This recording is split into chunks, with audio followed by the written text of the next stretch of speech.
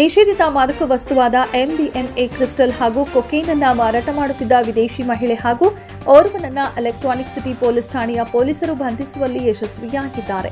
Electronic city 1ನೇ ಹಂತದ ಮಹಾಲಕ್ಷ್ಮಿ ಲೇಔಟ್ನ ಖಾಲಿ ಜಾಗದಲ್ಲಿ ಅಪರಿಚಿತ ವ್ಯಕ್ತಿಯೋರ್ವ ನಿಷೇಧಿತ ಮಾದಕ ವಸ್ತುವನ್ನು ಮಾರಾಟ ಮಾಡುತ್ತಿರುವುದಾಗಿ ಮಾಹಿತಿಯೊಂದು ಎಲೆಕ್ಟ್ರಾನಿಕ್ ಸಿಟಿ ಪೊಲೀಸ್ ಠಾಣೆಯ ಪೊಲೀಸ್ ಇನ್ಸ್ಪೆಕ್ಟರ್ ನವೀನ್ ಅವರಿಗೆ ಸಿಗುತ್ತದೆ.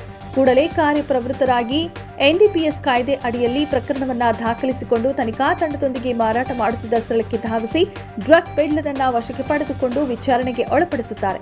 ಹೆಚ್ಚಿನ ಹಣ ಗಳಿಸುವ ಉದ್ದೇಶದಿಂದ ನಿಷೇಧಿತ ಮಾದಕ ವಸ್ತುವಾದ ಎಂಡಿಎಂಎ ಮತ್ತು ಕೊಕೇನ್ ಅನ್ನು ಮಾರಾಟ ಮಾಡುತ್ತಿದ್ದುದಾಗಿ ಹಾಗೂ ನೈಜೀರಿಯಾದಿಂದ 2011ಕ್ಕೂ ಮುಂಚೆಯೇ ನಕಲಿ ಪಾಸ್ಪೋರ್ಟ್ ವೀಸಾ ಬಳಸಿ ಬೆಂಗಳೂರಿನಲ್ಲಿ ನೆಲೆಸಿದ್ದನೆಂದು ಬಾಯ್ಬಿಡುತ್ತಾನೆ.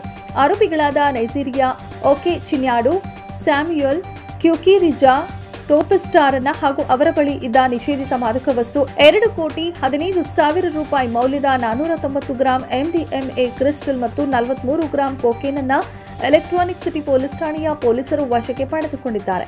ಎಲೆಕ್ಟ್ರಾನಿಕ್ ಸಿಟಿ ಪೊಲೀಸ್ ಸ್ಟೇಷನ್ ವ್ಯಾಪ್ತಿಯಲ್ಲಿ ಅಂದಾಜು 2.15 crores ವ್ಯಾಲ್ಯೂದು ಡ್ರಗ್ಸ್ ಸಿಕ್ಕಿದೆ. ಇದರಲ್ಲಿ ಎಂಡಿಎಂಎ ಕ್ರಿಸ್ಟಲ್ ಮತ್ತು ಕೋಕೇನ್ ಸೇರಿ 490 ಗ್ರಾಮ್ಸ್ ಎಂಡಿಎಂಎ ಮತ್ತು 43 ಗ್ರಾಮ್ಸ್ ಆಫ್ ಕೋಕೇನ್ ಸಿಕ್ಕಿದೆ. ಒಬ್ಬ ಫಾರಿನ್ ನ್ಯಾಷನಲ್ ಇದರಲ್ಲಿ ಸಿಕ್ಕಿದ್ದಾನೆ. ಇದು ಮತ್ತೆ ನಮಗೆ ಒಂದು ಸೀರಿಯಸ್ ಇದು ಇಶ್ಯೂ ಆಗ್ತಾ ಇದೆ. ಯಾಕೆಂದರೆ ಕೆಲವು ವಿಷಯದಲ್ಲಿ ನಾವು ಸೋರ್ಸ್ ಹುಡುಕ್ತಾ ಇದ್ದೀವಿ. ಲಾಸ್ಟ್ ಟೈಮ್ ಕೂಡ ನಾವು ನಮ್ಮ ಡ್ರಗ್ಸ್ ಒಂದು ದೊಡ್ಡ ಜಾಲ ಸಿಕ್ಕಿತು. ಕೆಲವು ಲಿಂಕ್ಸ್ ಬರ್ತಾ ಇದೆ. ಪ್ರತಿ ವಾರ ಈ ಥರ ಸಮಸ್ಯೆ ಬರ್ತಾ ಇದೆ. ಅದಕ್ಕೆ ಸೀರಿಯಸ್ ಆಗಿ ನಮ್ಮ ಜಾಯಿಂಟ್ ಕಮಿಷನರ್ಸ್ಗೆ ಹೇಳಿದ್ದೀನಿ, ಡೀಟೇಲ್ ಆಗಿ ಎಲ್ಲಿಂದ ಸೋರ್ಸ್ ಇದು ಬರ್ತಾ ಇದೆ ಅದು ಕಂಡು ಹಿಡಿಬೇಕು.